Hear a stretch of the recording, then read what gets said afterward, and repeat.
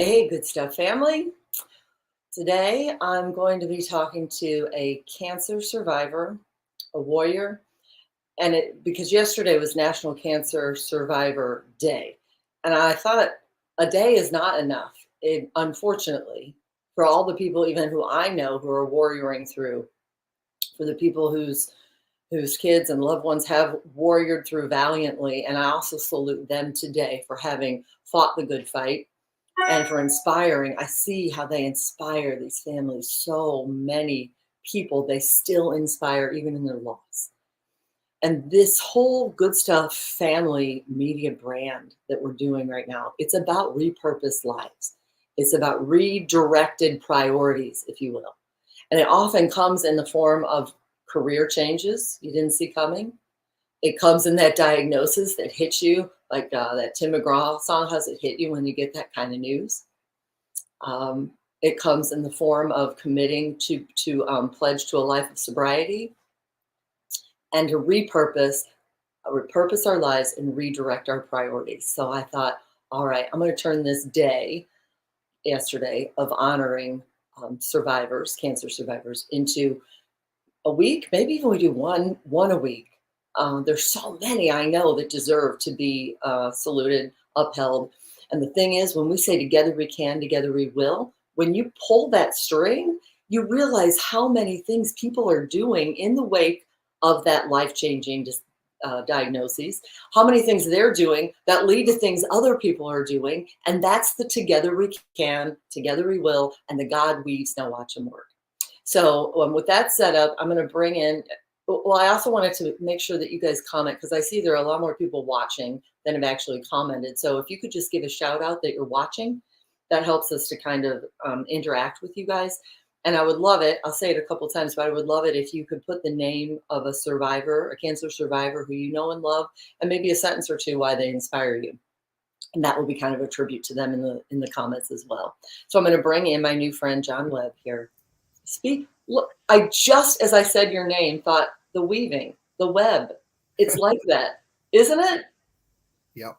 It really is.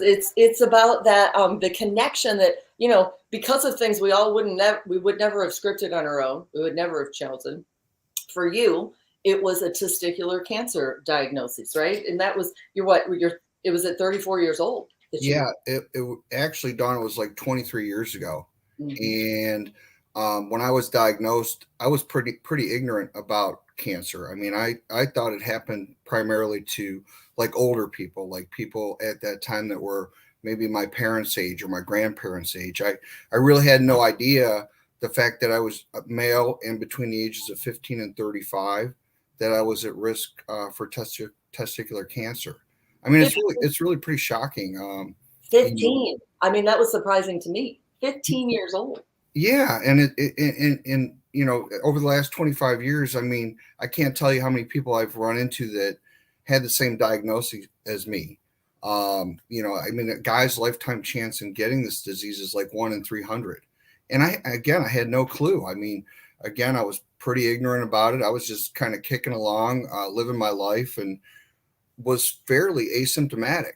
I mean, I discovered my disease because I was watching television. And at the time, I don't remember if you remember the wristbands, the Live Strong wristbands. I do. Lance Armstrong. Yeah, Lance Armstrong and Scott Hamilton were doing a special on Dateline or 2020, I forget which one it was, about their disease and telling their stories. And the most important thing they did was they shared the fact that males between the ages of 15 and 35 should be doing testicular self exams.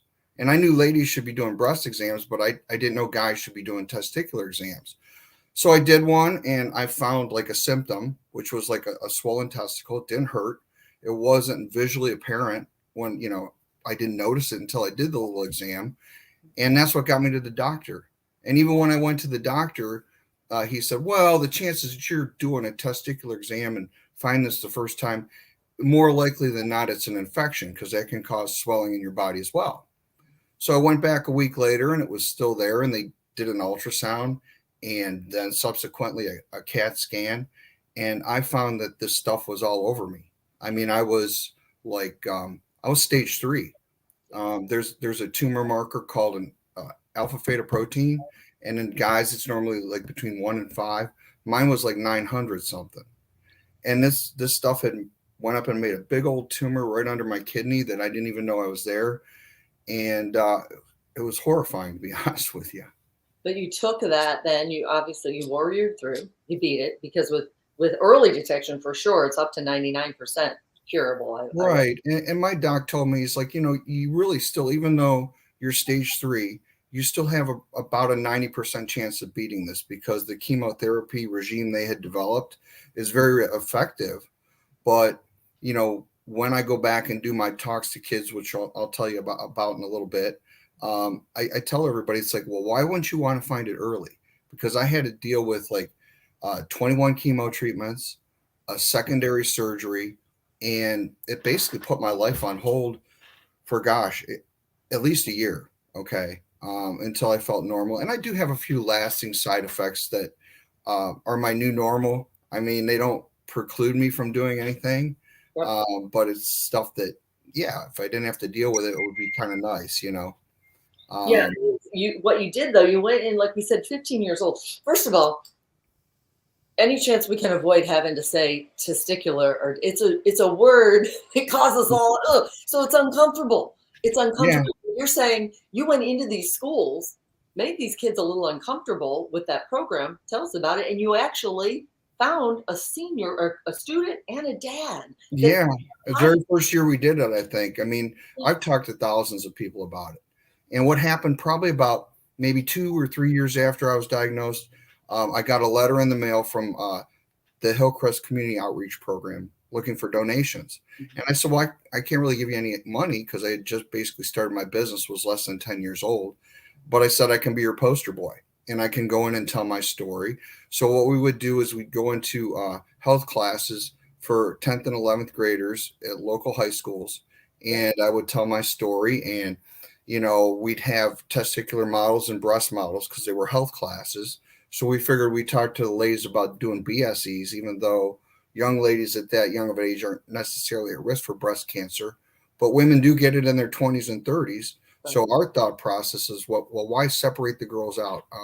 We talked to these people about, doing these things so they could get good at a skill. So maybe 5, 10, 15 years down the road, if they found a lump or a bump in their breast or their testicle, they wouldn't ignore it. They'd get to hospital. 10 years down the road, you found a student and a dad who took advantage of the pamphlet you held out, handed out. It's this little booklet that we used to pass out to the kids. Geez, I can't do this. It's hard, isn't it? I know. Yeah. And we would pass them out to the students. And I would tell the kids, hey, take it home. Leave it in the bathroom. Maybe your dad will go through it, or your brother or your uncle or your cousin, because you never know who you're going to help. If you help one, one. I'm sorry, go ahead. Oh, if you just help one person, I'm sure that's how you felt. And who knows how many. Well, I looked at it, and again, when Armstrong and Hamilton were telling their stories, I remember distinctly that Lance Armstrong looked right in the camera and he goes, somebody is going to get diagnosed with testicular cancer tonight. And that's not a bad thing. That's a good thing. Because, again, with my particular situation, it was curable, but there were certain elements in there. Had it gotten outside of that tumor and traveled to other parts of my body, I wouldn't be sitting here. I mean, I did have one of the hideous components, and I feel blessed that I'm still here. And I think there's a reason God put me here to tell my story. And anytime I get an audience of over 20 people that want to hear about it, I'm glad to tell it. And I'm glad that you mentioned that, because that was my next, because you and I have spoken at length. Faith isn't always important for people who are doing good stuff, uplifting, encouraging, and inspiring. But a lot of times we find it is. Not only is it important, either they found faith through the middle of it all, or their faith has been strengthened. So could you just speak briefly on that, what it was for you, how you grew through it because of your faith? Yeah, I mean, I'm not going to sit here and tell you I'm the greatest guy in the world, because I'm a human being with flaws. And even when you'd say, well, cancer warrior, I'm a little uncomfortable with that, to be honest with you, because I'm just somebody that got dealt those cards. And then I look at it like, okay, what can I do with this mess? And, it just, it just makes you appreciate every day. I Yeah. mean, you try not to let, the little things like a client not paying their bill or a job going wrong upset you, because in the grand scheme of things, that's little stuff, right? You just try to look at the big picture, because you are really, every day is a blessing, and you just don't know when you're going to be where I was the day before February 22nd, and where I was February 24th after I was diagnosed. Your whole life changes, and your whole perspective on what's really truly important totally changes. And we've talked about this too, that wasn't even your only, we call them, the Good Stuff family calls them really God, really moments. You had a heart condition that you said actually ended up being a piece of cake. Yeah, I mean, that was just a couple 3 years ago. I was born with my aortic valve. Most people are born with 3 flaps in theirs. I was born with 2 flaps, and I've been real vigilant about going to the doctor and keeping my wellness visits. And when I was about 50, my doc said, "Oh, your heart murmur's loud. I want to send you for an ultrasound." I'm like, "Okay, doc, whatever."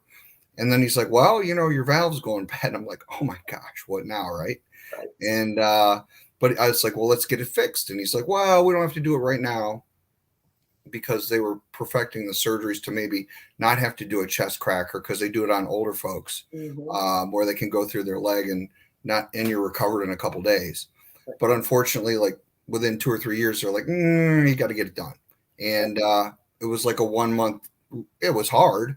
I'm not going to say it was easy, but it was nowhere near like the cancer diagnosis, because with that, it's like always in your head. At least for the first 5 years, it's part of your being. And anytime you feel a little ill or not right, you turn into like Mr. Lymph Node Checker. I'm like, oh, please don't come back, And any cancer survivor can tell you that it's kind of it's a really hard thing mentally for quite a while. At least it was for me.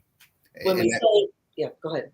And that's why, for me, even like doing the talks with the kids, it was almost like a cheap psychiatrist. I mean, yes, I'm trying to help benefit other people, but just being able to tell your story for me was helpful.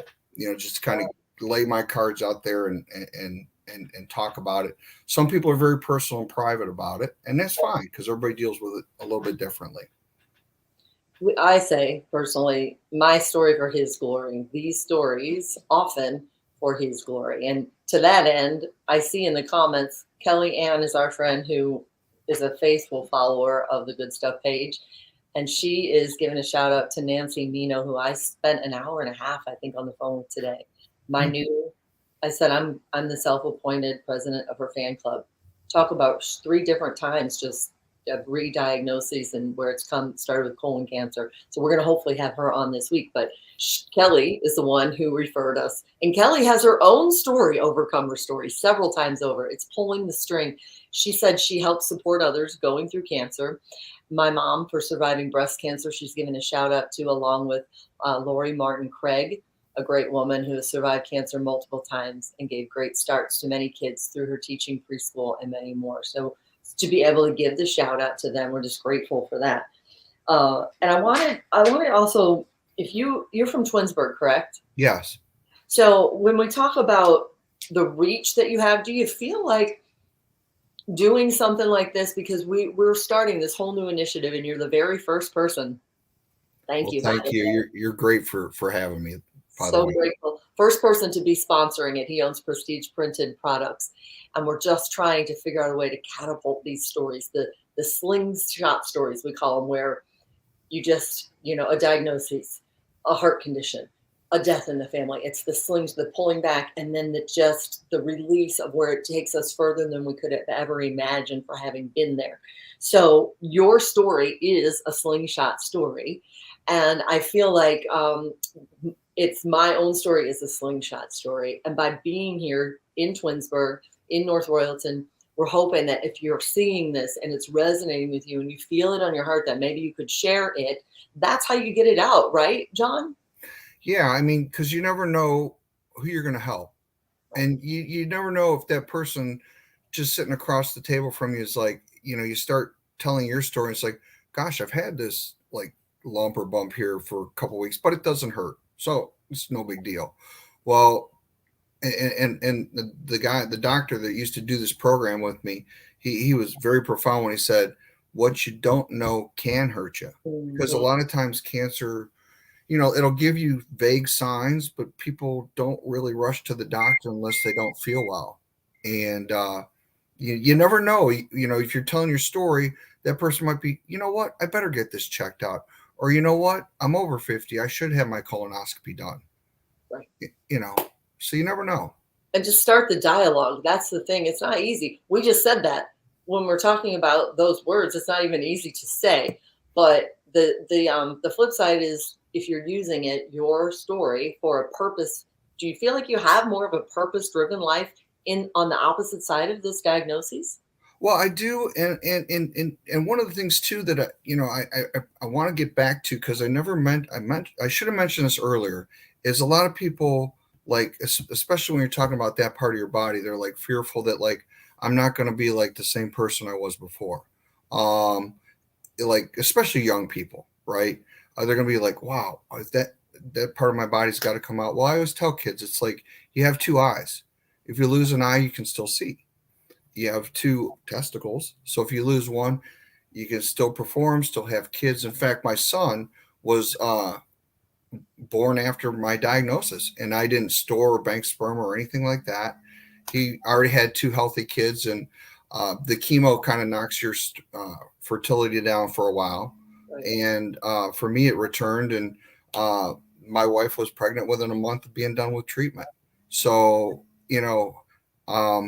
what was your question again? I wanted to get that part up because I know a lot of people kind of ignore it because they're afraid, and you can't be afraid. You got to face it, if that's the situation.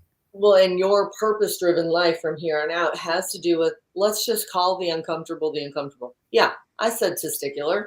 I said it. I said fertility. I said all the things were like, ooh, because guess what? Just like everything, I think last month was Mental Health Awareness Month. We say we want to remove the stigma. It starts by talking about it. Sure. Right? And, I can even joke about it a little bit. I mean, I tell people, heck, I'm half nuts. Oh. All right. So, I mean, not to make light of the situation. Good one. But, I try to find a little humor in it. Yeah. Yeah. I love it. Again, what was your question? You already answered it, because that's the purpose-driven life that you saw on the other side of it. That's the hope. Hope is everything. We say hope is everything. And so together we can, together we will. We highlight and we get the word out for people like yourself who are giving hope. That's what you are. You're a case in hope. Well, and thanks for saying that. I really appreciate that. I do. So yeah, just give me your own words. We're going to try to keep this to 20, 25 minutes, but in your own words, and this is probably cathartic for you to say it as well, the hope that that you are bringing to people on this second chance at life, what is that for you? Well, it's a second chance is really how I look at it. I mean, if I was unfortunate enough to been born 50 years early, this treatment wasn't available. Right. And I was blessed with the fact that, yeah, it was rough and I had to go through it, but there's a reason I'm still sitting here, and there's a reason that I'm able to tell my story. And, again, it's just something that's become a part of the fabric of my being. If I can get out there and, just help one person, avoid unnecessary treatment. Because if you find it early, the recovery time is like 2 weeks, and that's it. Wow. And when you use the word fabric, I've used it several times today, because we say God weaves, now watch him work. My friend Jackie says God weaves, now watch us work through us. This whole visual of the fabric of how our lives really are intertwined. And it's in the middle of all the mess, when you make a quilt in the bottom of it, but we end up making that perfect patchwork on top. So to that end, I want to thank you so much. And for investing in the first person to invest in this mission, a ministry mission. It's something I know that people are telling me they're craving. And so welcome to the family.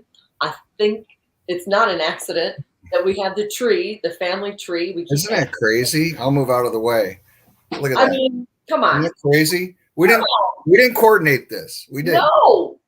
And Isn't we it? have signs like that. We talked about that. We have signs all the time, don't we? That are It's like, crazy. It yeah, really is. And it's like ours was kind of a chance meeting too. it sure Right. was. It's always like Who that. knows, right? Who Yeah, knows? yeah, yeah. It was like, I really appreciate you having me. And if there's other people I can get involved that have great stories to tell, I'm going to always keep my eyes and ears open for them too. and they can find you at that Prestige Printed Products. And Hmm. what I could do is go ahead and put in the comments. I can maybe. Do you want me to give out your phone number and all? Well, they can find you. What? Yeah, I mean, I basically, I have a website and all that good stuff. What is it? PrestigePrintedProducts.com. Okay, there you And go. we do custom printing, and I've been doing it for half my life. And people don't buy from Prestige Printed Products; they buy from me. And I always look at like standing behind my product and my word. So I look at like how I would want to be treated. I Right. mean, nobody bats 1,000, but we bat about 950. And when there's a mistake or a problem, whether it's a planner, my or customer, I always try to figure out a fair and equitable way to take care of my clients. And And that's how I work. to be fair, John said, "Oh, I don't need. I'll sponsor you. I believe in what you're doing, and I really want to get the word." He didn't even. He was fine with not mentioning his business. I said, "We're going to mention the business because You made me. hopefully that's how it works. You just never know, You right?" never know. You never know who might have a bad printer. Yeah. Yeah, they Oh, might be whatever. dealing with the same person they've been dealing with for years. There's always problematic, but yeah, if you have a junk, if you have a great printer, stick with them. But if you're open to getting quotes or your current source for custom printing like brochures and things like that is not great, like the opportunity. That's all. Thank you, John. Yeah. I'm putting this up one more time to show that we have that in the comments. If once this is over, you'll be able to click right over in the comments if you want to find out more about the statistics and the tests that you can do in the preventative work for testicular Awesome. cancer. So thank you for kicking off our honoring cancer survivors. I'm so glad to call you friend. Welcome to the family. The good Thank stuff. you so much. I appreciate it. I Yes. really do. And Thank if you. you want to be part of the Good Stuff family, just if you would email me, we're looking right now and lining up sponsors who believe in the stories that we're doing and are willing to get behind it. And we keep with each story adding another branch to the tree, and it's fantastic to see. It's purpose. It's my purpose-driven life now. So thank you, and God bless you. God bless you. I'll see you soon. Yes, you will. Alrighty, bye now. Bye bye.